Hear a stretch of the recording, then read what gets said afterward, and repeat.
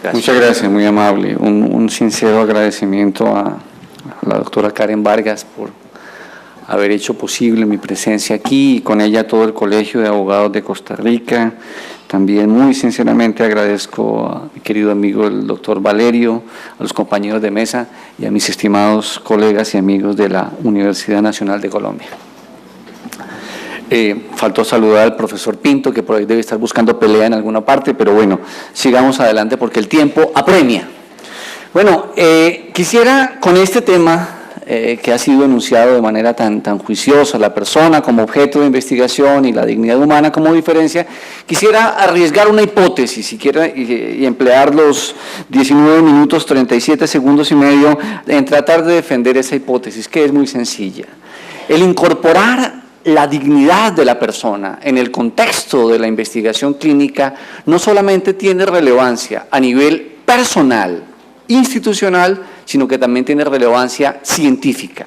¿Qué quiere decir esto? Quiere decir que cuando asumimos el carácter personal y la dignidad de esta persona en la investigación clínica, estamos cambiando de paradigma, inclusive de paradigma científico. Entonces, para esto, quisiera comenzar brevemente por una exposición de los problemas que pudiéramos decir más ostensibles y relevantes de la investigación clínica en el contexto latinoamericano, que serían básicamente problemas de tres tipos. El primer tipo serían problemas del tipo cultural. Estoy mirando el reloj, ya estoy bien, doctor Valerio, estamos sincronizados. Problemas de tipo cultural. En el ambiente, en el ciudadano de a pie, en nuestros campesinos, el ciudadano que no tiene formación académica, ordinariamente cuando se le dice investigación en seres humanos, él se imagina primariamente que el investigador es una especie de doctor Frankenstein, de doctor Moreau, investigación en seres humanos. Se imagina la isla del doctor Moreau en que se fabrican animales. Y en ese contexto dijéramos que hay cierta idea, cierta prevención cuando se le dice al ciudadano de todos los días un procedimiento experimental en el que tú vas a participar. En ese mismo sentido, culturalmente, circula la idea en la región del conejillo de Indias, es decir, cuando tú participas en una investigación clínica, tú estás jugando un rol más o menos análogo al de los conejillos de Indias en el laboratorio.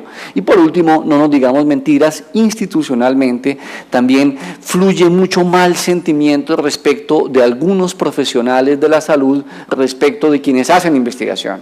Entonces el investigador tiene fama de que es la persona que tiene plata, la persona que tiene ciertas condiciones gracias a su trabajo, que cree que sabe más que los demás, entonces hay cierta animadversión en el ámbito cultural. Y esto genera como consecuencias, como todos lo conocemos, el que cuando el paciente no tiene clara la estructura, la función, su rol en la investigación clínica, el paciente frecuentemente abandona el estudio. Y todos sabemos que eso genera un problema gravísimo. Un paciente se va y se lleva unos frasquitos blancos que le dijeron, tome tantas goticas, y se pierde el medicamento y todos sabemos que eso es supremamente grave. La deserción en los estudios clínicos es muy grande en el contexto regional latinoamericano y caribeño. Y por otra parte, hay una mala imagen de la investigación clínica. Dijéramos, lo que pudiéramos llamar desde Jung, en el inconsciente colectivo latinoamericano, la investigación clínica no tiene una buena imagen que obedece fundamentalmente a estos elementos de índole cultural. Y por este motivo, cuando ya miramos el problema a un nivel institucional, tomamos conciencia de que muchas veces, paradójicamente, muchas de las autoridades que regulan las prácticas investigativas en nuestros países son personas que no tienen un adecuado conocimiento de lo que es la materia misma de la investigación clínica. Muchas personas llegan allí con otra serie de méritos, pero no siempre las personas que se encargan de regular, de orientar, de enmarcar legal e institucionalmente la investigación clínica en nuestros países latinoamericanos y del Caribe son las personas que tienen un mayor conocimiento científico a propósito de lo que es la investigación clínica. Y al lado de esto, cuando se constituyen los comités de ética, constatamos que en ellos, definitivamente en estas personas, no hay tampoco un conocimiento adecuado, no tenemos los procedimientos, no tenemos la organización para que el comité responda verdaderamente a lo que debe ser en el contexto de la investigación clínica. La Secretaría Nacional de Ciencia y Tecnología de Panamá hizo el año pasado un estudio sobre cómo percibían los medios de la investigación e inclusive los mismos ciudadanos a los comités de ética, y el concepto es mayoritariamente desfavorable. Entonces, cuando miramos qué significan esas características en el contexto institucional, nos encontramos con que la investigación tiene excesivas trabas institucionales. Mucha gente desde las instituciones funciona desde los preconceptos, funciona desde los lugares comunes de carácter cultural. Hay lentitud o inexistencia en los tiempos, se presenta un protocolo y no existe el tiempo, se le responde por allá al cabo de las 500, nadie sabe en qué estado está el protocolo, se presenta una carta para aprobar un consentimiento informado y tampoco se le responde. No hay un rigor en ese diálogo que tiene que haber entre la instancia regulatoria y los investigadores, y con esto se pierden múltiples beneficios. Todos sabemos que la investigación clínica, por su carácter multicéntrico, fácilmente migra de una parte a otra. Entonces, muchas de las investigaciones que no se pueden hacer en la región se van a la Europa del Este, se van al Asia, se van a otras partes, y con eso se pierden varios elementos. Pero uno de ellos, dijéramos, es la posibilidad de que en la región se genere una cultura de la investigación. Que dijéramos que en ese elemento hay un gran déficit.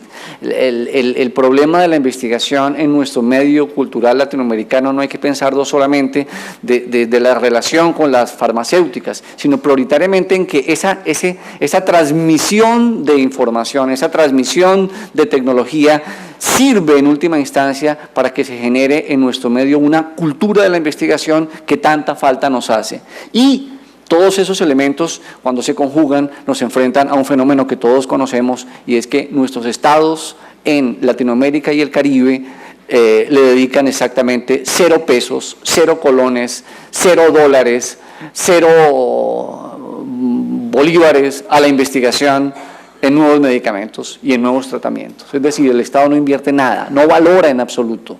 Entonces eso nos lleva a una conclusión muy simple: si no hay iniciativa privada, no hay investigación en nuevos medicamentos en el contexto regional latinoamericano y del Caribe, con un agravante, ¿no?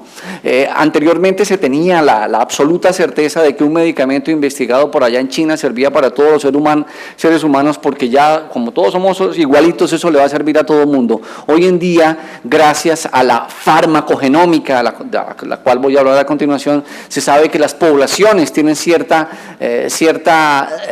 receptividad, cierta asimilación de los medicamentos, y que un estudio aplicado solamente en China o en otra parte no significa que va a funcionar exactamente aquí en América Latina en los mismos términos. Así que si no hacemos investigación sobre nuestras poblaciones, estamos perdiéndonos de la posibilidad de tener medicamentos para nuestras enfermedades.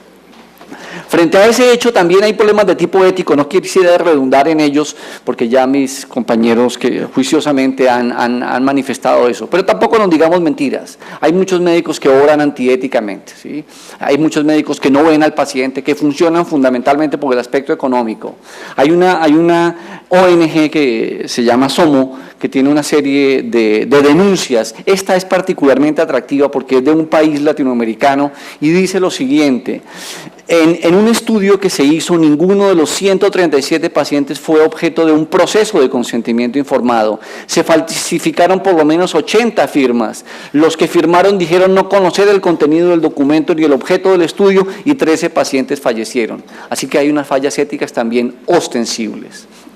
Frente a ese problema de naturaleza cultural, de naturaleza institucional y de naturaleza ética, entonces aparece muy conveniente que tomemos conciencia de que tenemos que llegar a un acuerdo.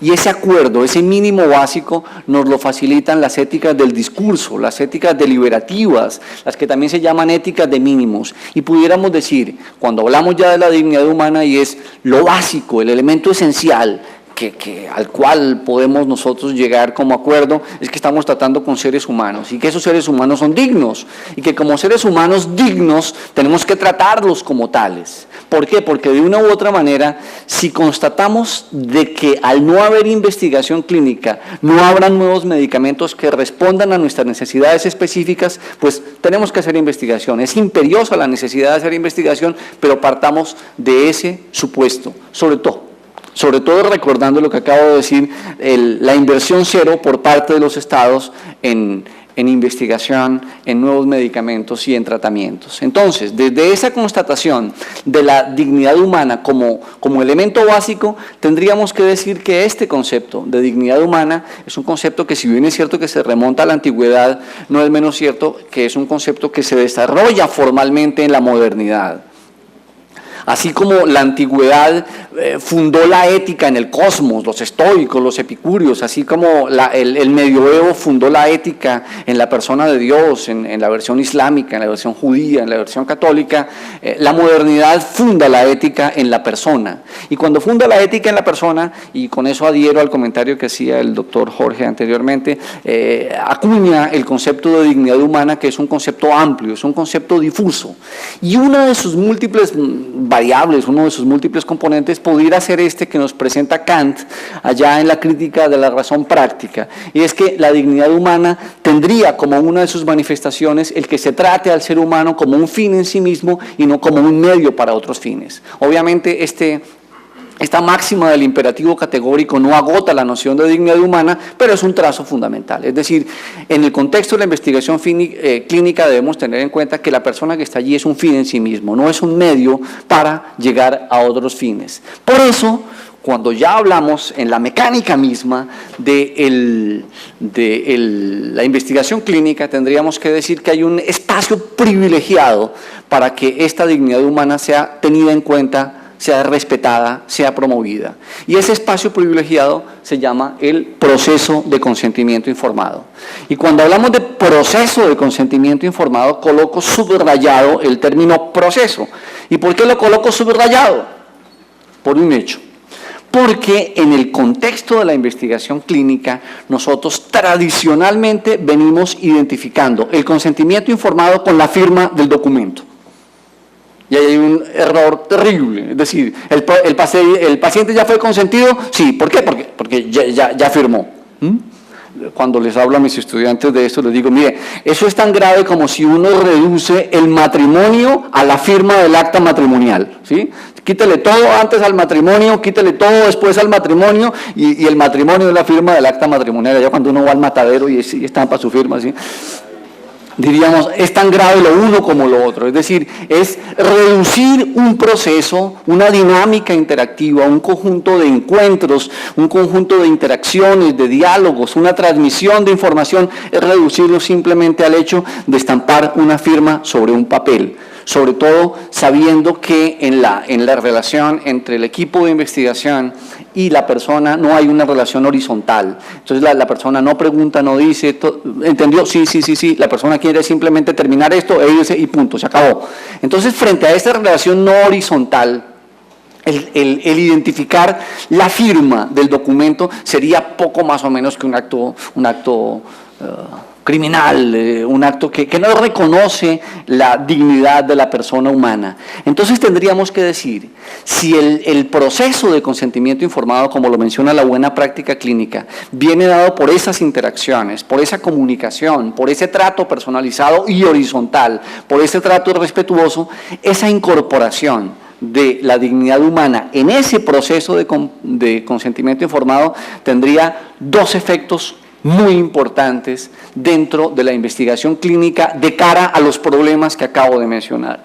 Entonces hablemos de esos dos elementos, de esas consecuencias, unas consecuencias de tipo actitudinal por parte del sujeto y unas consecuencias de tipo médico-científico. Hablemos de las primeras. Mire, todos sabemos que el término paciente viene de la expresión latina pacere, y pacere es recibir, pacere es quedarse quieto, pacere es decir sí y amén, ¿sí? Entonces, el término paciente es el que recibe la acción, es el que asiente, es el que no reacciona. Entonces, el término paciente es un término que tiene una carga histórica negativa, ¿sí? Cuando se reivindica en la modernidad la persona, cuando hablamos de autonomía, cuando hablamos de individuo, tendríamos que comenzar más bien a hablar del agente, ¿sí? Porque cuando el paciente se siente paciente, entonces simplemente lo que va es a que el otro le haga una especie de magia, ¿no? Una serie de procedimientos, yo no tengo nada que ver.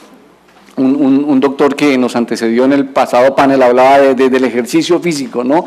Como un elemento que prevenía todos los problemas de la diabetes. Pues tiene que un poco que ver con eso. La salud no es una cosa mágica que el médico me otorga o me restituye. La salud es un valor que yo tengo que cultivar, que tengo que cuidar, que tengo que promover y que yo soy el agente. Sí, yo soy el agente, no simplemente soy un paciente que está allí recibiendo cosas. Cuando incorporamos la dignidad humana y entendemos el consentimiento informado como un proceso interactivo, ahí se está reconociendo a la persona como agente.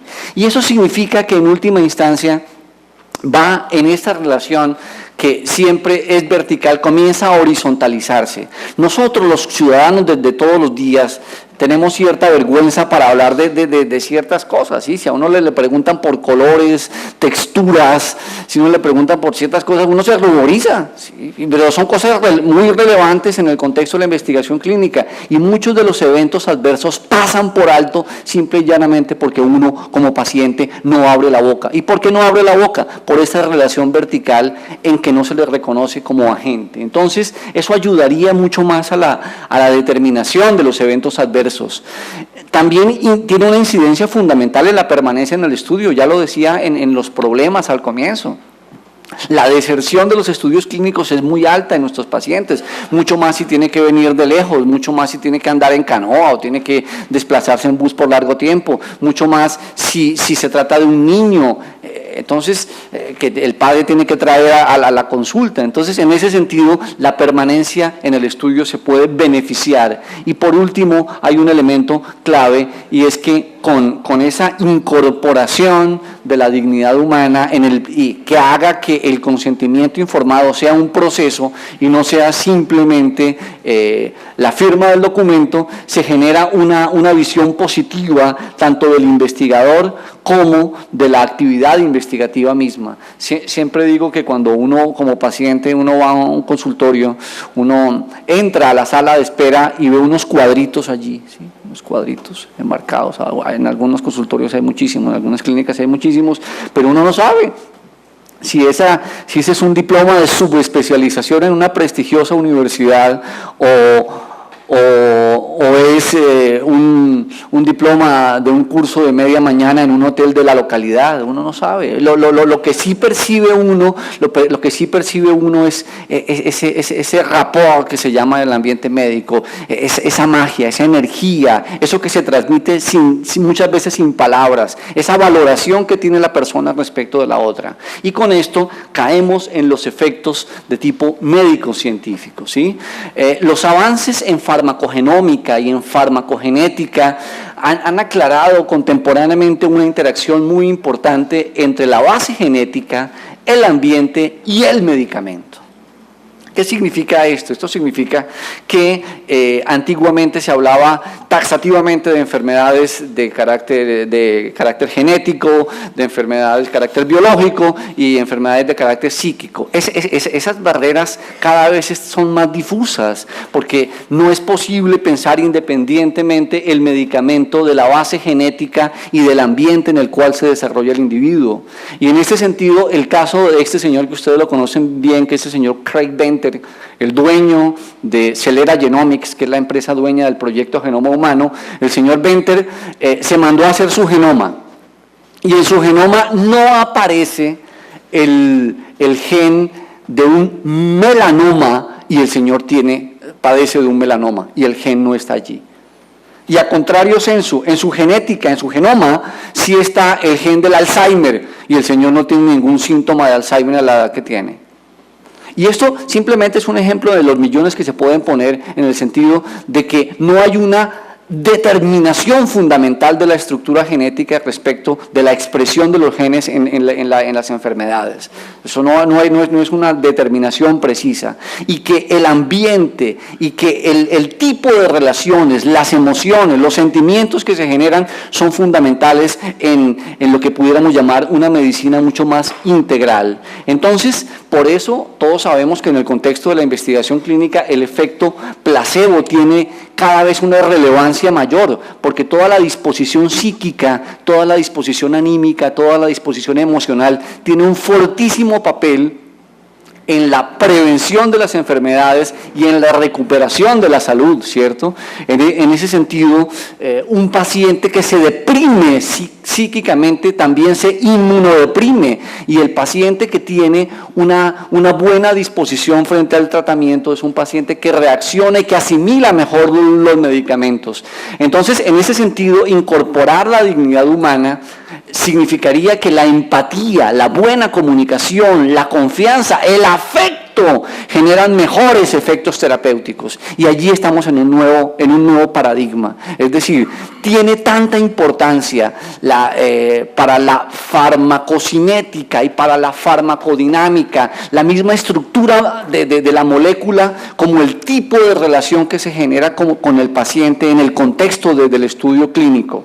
Por eso, en estos días, cuando lamentábamos la muerte de Robin Williams y recordábamos la película Patch Adams, recordábamos al decano. El decano le decía regañándolo: es que el paciente no necesita un amigo, el paciente necesita es un médico, ¿sí? Entonces, ese paradigma viejo decimonónico de la neutralidad científica, la neutralidad perjudica el desarrollo de la ciencia, la asepsia afectiva, médicos que no miran al paciente, que no lo tratan como una persona, que no interactúan con él, que no lo reconocen, que no lo llaman por el nombre, en última instancia están frustrando elementos importantísimos en la recuperación de la salud de ese paciente, en la prevención de nuevas enfermedades, y están perdiendo una posibilidad muy valiosa de ver la interacción que hay a partir del elemento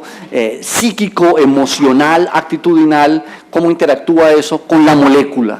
Entonces, estábamos diciendo en la hipótesis inicial que incorporar la dignidad humana nos coloca en un nuevo escenario. Claro que nos coloca en un nuevo escenario, porque cada vez vamos a tener más elementos dentro del protocolo que, al lado del efecto placebo, nos vayan conduciendo al hecho de cómo el ambiente en que se desarrolla la relación con el paciente, el ambiente en que vive el paciente, las costumbres, la cultura, los valores, los sentimientos, tienen mucho que ver en la recuperación y en la asimilación de esa molécula. Por eso terminaría diciendo que en el fondo tenemos que superar el problema de los dos lenguajes.